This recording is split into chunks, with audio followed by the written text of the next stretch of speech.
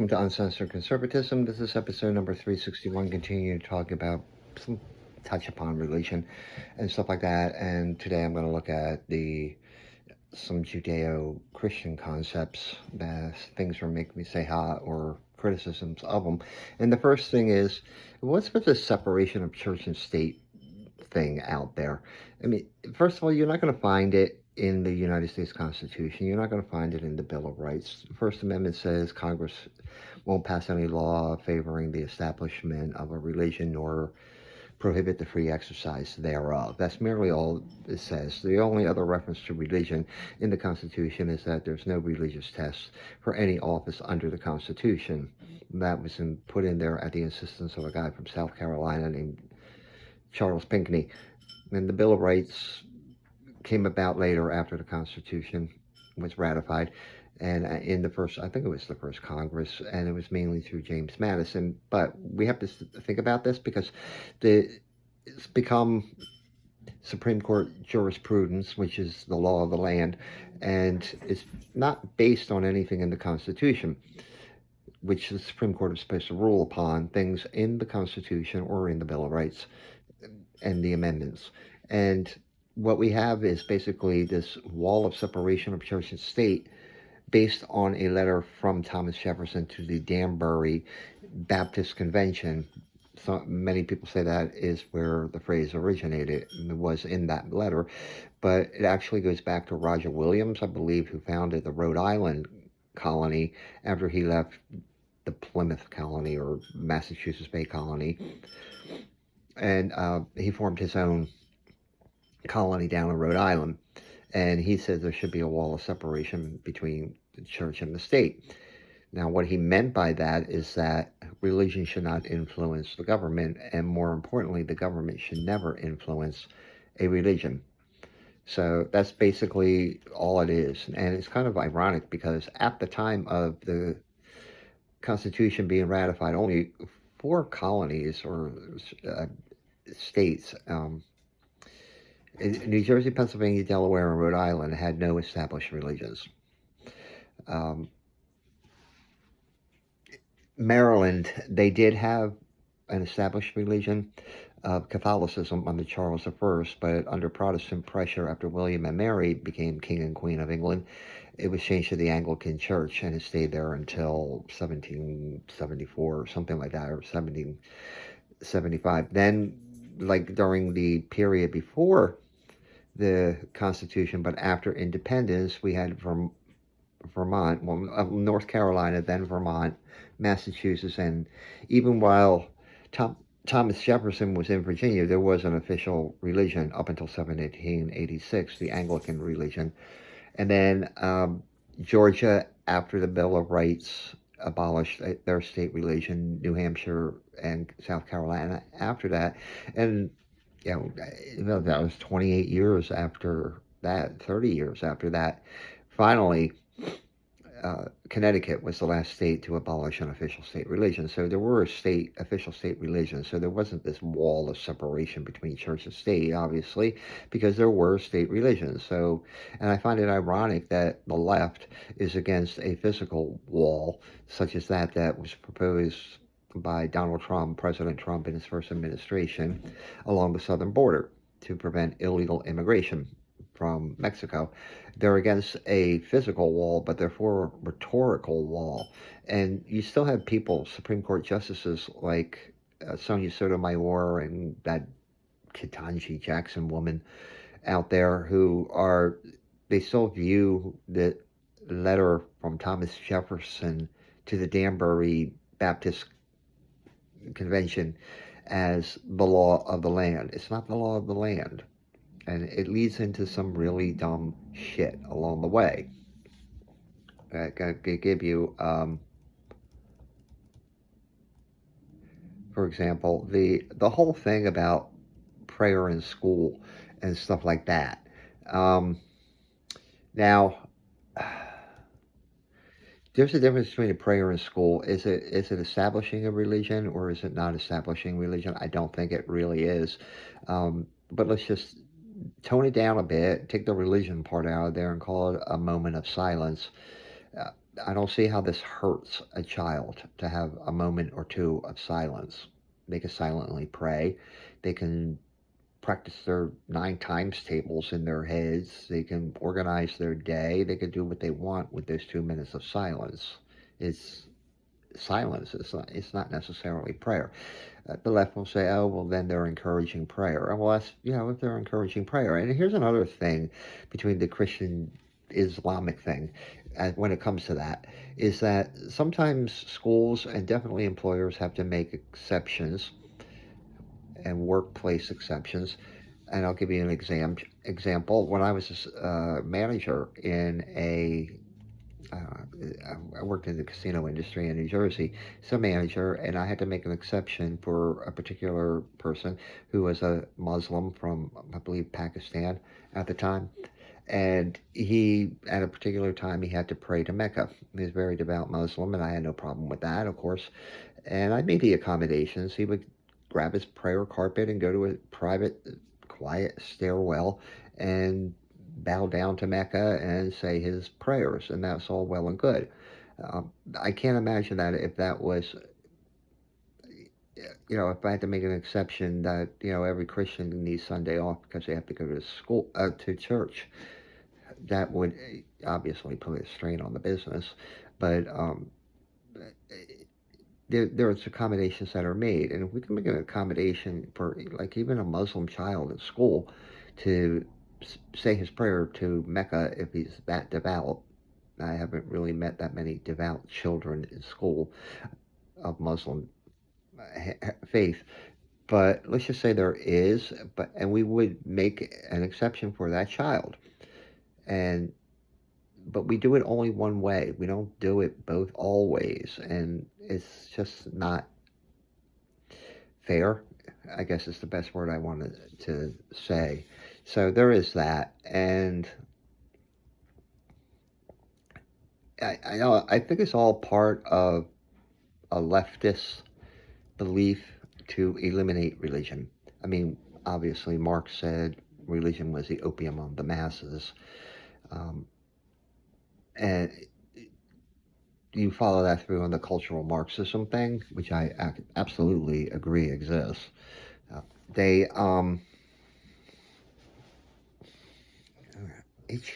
back itches. Anyway, they just want to remove all religion, and it is a socialist thing. The other thing I want to talk about is anti-Semitism. Okay, I slightly have a problem with some characterizations on the right of people being labeled anti-Semitic because they may criticize Benjamin Netanyahu or the state of Israel or the execution of their war most recently in Gaza.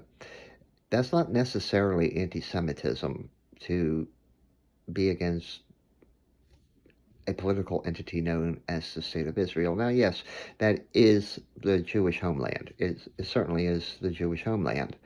But it's also a political entity. It's not a religious entity. Again, it's definitely not a religious, the government definitely is not a religious entity because they allow non-Jews into their Knesset, which is their parliament, or even on their Supreme Court. I think they have an Arab on the Supreme Court. So they definitely, we have to differentiate between Israel, the state, and Jews in general. So if somebody gets up there on a soapbox and they say, I hate Benjamin Netanyahu because he's a genocidal killer. Okay, yeah, he happens to be Jew. He happens to be the leader of a Jewish country. Doesn't mean that that's an anti-Jewish comment. But if you get up there and say on that same soapbox and say, I hate Benjamin Netanyahu because I think all Jews are filthy scum, or I think that all Jews rule the banks and all the major media companies or whatever, those are anti-Semitic tropes based in like the Zion's elders of Zion and that type of thing. The Rothschilds control the world. Do your research, I'm told. the Rothschilds rule the world. Yeah, Rothschilds don't rule the world. That's just crazy conspiracy theory talk. But anyway, it's anti-Semitic to target Jews, certainly, on a college campus. If you're protesting about alleged genocide in Gaza, and then you take out your vitriol specifically on Jewish students under the assumption that they are for this alleged genocide by virtue of being a Jew, and you harass them, you lock them in a library, which happened at Columbia University, then that's certainly, you've crossed the line into anti-Semitic, definitely targeting Jewish people, which is anti-Semitic when you target them specifically for their religion. Just as, like, if a person is walking down the street in a yarmulke, chances are he's a Jew, and if you attack him, then yes, it's an anti-Semitic act. If you yell at him, you filthy Jew, that's definitely a Semitic attack. If you say free Palestine to him, is that an anti-Semitic attack on him? Not necessarily. You're expressing a view, a generic view, a generalized view, a view of international relations, or what have you, a political view. And I'm also, when it comes to free speech, I'm all for unfettered, unfiltered free speech. And no matter how vile it is, of course, when it turns to action, then it stops to be speech, and then we got another problem on our hands. And you can certainly criticize the country or the government of Israel without crossing the line into being an anti-Semitic attack on them. That being said, there are some people who will do that who are truly anti-Semitic. And I'm going to give Ilhan Omar, that Congress critter from Minnesota, who married her brother apparently, or something like that. You know, there's evidence that she did. It was either immigration or education fraud, and she got away with it. And now she's under investigation for campaign finance violations. She's from Somalia. She's a Muslim. She's definitely anti-Semitic. She does not like Jews, okay? She is part of her DNA at this point. So she's definitely anti-Semitic, but she tries to make it come off as being against the country or the actions of Israel and Benjamin Netanyahu in particular.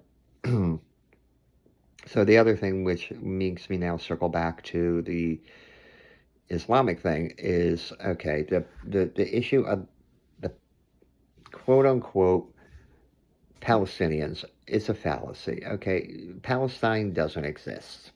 It's Judea and Samaria. Together they made up Israel, the land of the Hebrews, the promised land, the land of Canaan, and all that kind of stuff. Go read your Bible about that, the Old Testament part of the Bible about that.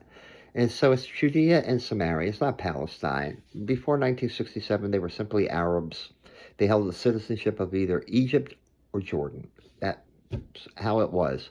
Now, yeah, after, World War I or whatever, the British were given a mandate in the area and they ruled over it. And then in 1948, the State of Israel was formed, and land that was given by the British government to establish a homeland. And incidentally, it included Gaza at the time. In their first war after Israel was formed, they actually lost Gaza in that war and won it back in 1967, and then gave it back to the Palestinians in 2005 or 2006. And the Palestinians have ruled in that area as, it's an autonomous area. It's not an official state of Palestine or anything like that. So basically they were Arabs. They certainly practiced Islam. And even the origin of the phrase Palestine goes back to the Romans. And it's a made-up name. It was a made-up name by the Romans back then. Nobody walked around saying, hey, I'm Palestinian. You were whatever, Samaritan or Judean or whatever, Jordanian, Egyptian back then.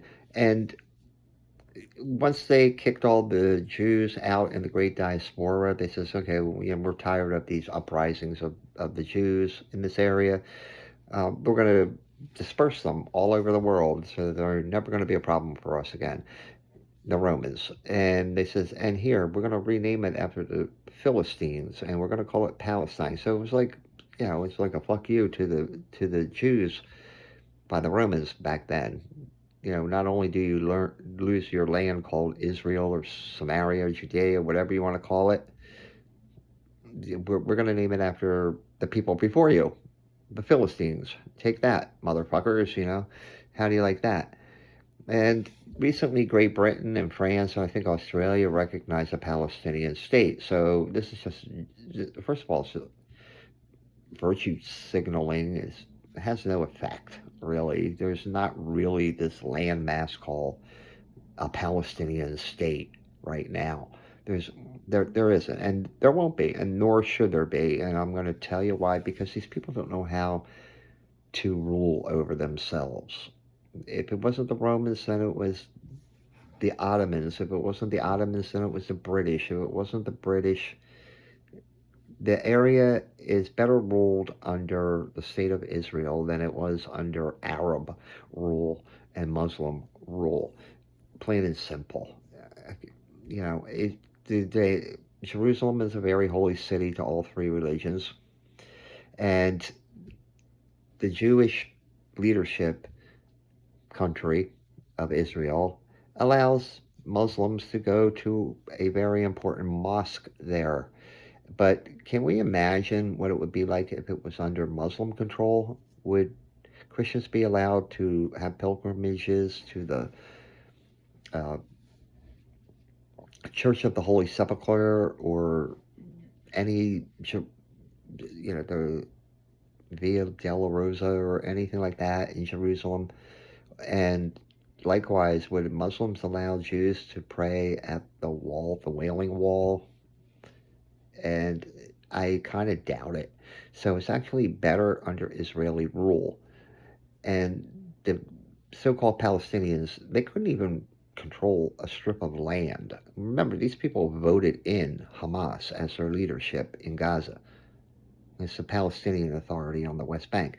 They allowed this to happen. Okay? So, you look at polls out of Gaza, and something like 70% of the population supports Hamas, which is a terrorist group, so as their leadership. So they can't prove that they can rule over their own people. And going back, I had a friend back in college many years ago, and we were discussing this issue one time, and this is during the Shah of Iran and the fall of the Shah and the Ayatollah coming back from France and all that stuff. And he was middle class, and his parents had been put in jail by the Shah, and they were eventually released. And he was from the middle class there. And I asked about the Palestinians, and he says he used a phrase that he referred to them as quote unquote sand niggers, which he says all they're good for is basically low paying jobs in Iran at the time. He says that's how Iranians view the Palestinians, and I suspect it's the same way in most Arab countries. Nobody wants them. Nobody wants these people who call themselves Palestinians in their country. They're troublemakers, okay? Basically. So, I mean, they don't deserve their own homeland. So that's all a big fallacy about that. And look at Europe today and the infiltration to the point where they're being overrun by Muslims right now, some from North Africa, some from the Middle East. And I think Europe has this collective guilt hanging over their head for allowing the Holocaust to happen. Most of all, yeah, obviously in Germany, and Austria maybe, but in other countries also, for allowing it to happen. And in order to make amends for that, and in order to prevent a future Holocaust, they've now gone full circle the other way, where they allow anybody into anybody, and just anybody into their country, and it's having deleterious effects on many European countries. Where, for instance, in Austria, most of the school children are now of Muslim faith, and they're demanding certain things of the Austrian government. Some countries like Hungary and now even Sweden and Finland are fighting back against this. But I view it as, again, a clash of civilizations, a clash of historical eras, and that what they couldn't achieve when they were pushed back at the gates of Vienna, they're now making up for it through demographics. Because, quite frankly, if you look at the birth rates in European countries, they're all in decline of their native population. And their populations are bolstered by migration and immigration from Muslim shithole third world countries in North Africa and the Middle East. And once there, they are breeding like fucking rats and taking over the native populations. They're like an invasive species, I guess is the best way to look at it. Once you let them in, then more come in, and it's really having a bad effect. Every European country, if you want to retain your culture, if you want to retain your language, you need to get your shit together and start blocking these people from coming in. Get over your collective guilt. Okay, it was years and years and years ago. It's okay to have border control. It's okay to keep out bad people. God knows how many terrorists have snuck through. The thing with France and England right now, where they have the one in, one out, a lot of people, these migrants come in through Greece, they make their way over to France. Their ultimate destination is Great Britain, because Great Britain will put them up in a Hilton hotel for God knows how long, and then turn their back when they leave the hotel and go out and rape a British girl or something like that. And then they get over there. So France, the British people are obviously upset about this, and so the government came up with this one in, one out thing, where for every migrant who makes it from France to England across the English Channel, one is supposed to be returned to France, and then France will take care of them, send them back to wherever the hell they can, Iraq or Afghanistan or Syria or someplace like that. But it doesn't work out that way. I think over 1,000 or 1,800 migrants have made it from France into England, and only 2 people have been deported back to France. And then once they're in France, they got to find a place for them to go too. And part of the problem is the European Union has a lot of restrictions on, well, you can't send them back to Iraq because they might be persecuted, or Afghanistan, the Taliban is going to come out after them. And now we have reports that the people who were admitted into England as refugees from Afghanistan actually staged a lot of their torture videos just to get in. And you gotta wonder how many terrorists are making it through the cracks there. I mean, we know X amount have made it into the United States through the porous southern border of during the Biden administration. And thank God that thing's been sealed up, but God knows how many are here. And they're patient people. I mean, when it comes to terrorism, they are patient. They will wait and bide their time and look for the right thing. And I mean, there was a big gap in time between some terrorist attacks by Al Qaeda, like for instance the USS Cole, or the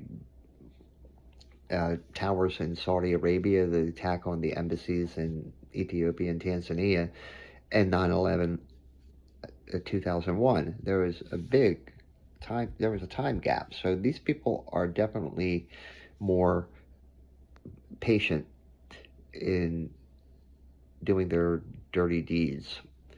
But anyway, those are some things that, regarding religion, things that make me say, huh? The first thing is, there is no wall of separation of church and state. It never was. Okay, we're not a theocracy. When they say, "Oh, but we weren't," Those right-wingers think that we were founded as a Christian nation. Well, we were founded by Christians. We weren't founded as a Christian nation. We were founded by Christians, most definitely, certainly. I, even, whether it was some Puritans or the Massachusetts Bay Colony or Roanoke or whatever, they were religious people, and they were Christian religious people. They were Anglican, Dutch Reform, and various other sects from Protestantism or even Catholics in uh, Maryland. But we weren't founded as a Christian nation, but certainly Judeo-Christian principles made it into our founding documents and into our laws. For instance, there was a commandment, thou shalt not kill. Well, we execute people for murder. We don't execute them for rape, and we definitely don't cut off their hands if they're caught stealing. We don't take out their tongues if they're caught perjuring, and we don't stone women to death if they're accused of or found guilty of adultery. And we certainly don't push homosexuals off of the tops of buildings to their death. So there is that also. And so that's not, we weren't founded as a Christian nation, but we were founded by Christians. And to say that there is this absolute wall of separation between church and state, it's false. Okay, it's absolutely false. And that's the first thing. The second thing is yeah, all those accusations of anti-Semitism may not be anti-Semitism. They may just be a criticism of the political entity known as Israel or its leadership. For instance, now more recently, the execution of its war in Gaza. You could criticize that all you want. It's not necessarily an anti-Semitic comment to do that.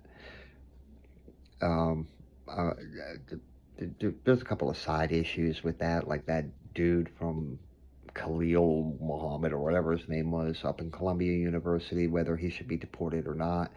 Uh, a lot of his actions, he was an instigator. A lot of his actions led to attacks specifically on Jews on campus at Columbia University, and he wasn't even a student at the time. So yeah, he was an outside agitator stirring up trouble that led into anti-Semitic actions, and he should be held accountable, and quite frankly, he should be deported, in my opinion. He's just you come here to rabble rouse, go home already. Go rabble rouse at home. And that's the second thing, but about anti-Semitism.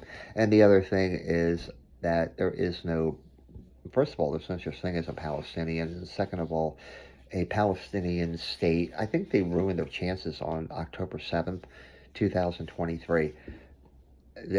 It was laid bare for the world to see what type of barbaric people these are who are not capable of ruling themselves and have no right to a homeland. And that, the thing about the Palestinians, that's like number 3 on this list here, is that there is this virtue signaling by certain countries in Europe and Australia or whatever. So anyway, that's it. Have a great day and a more pleasant tomorrow. Bye.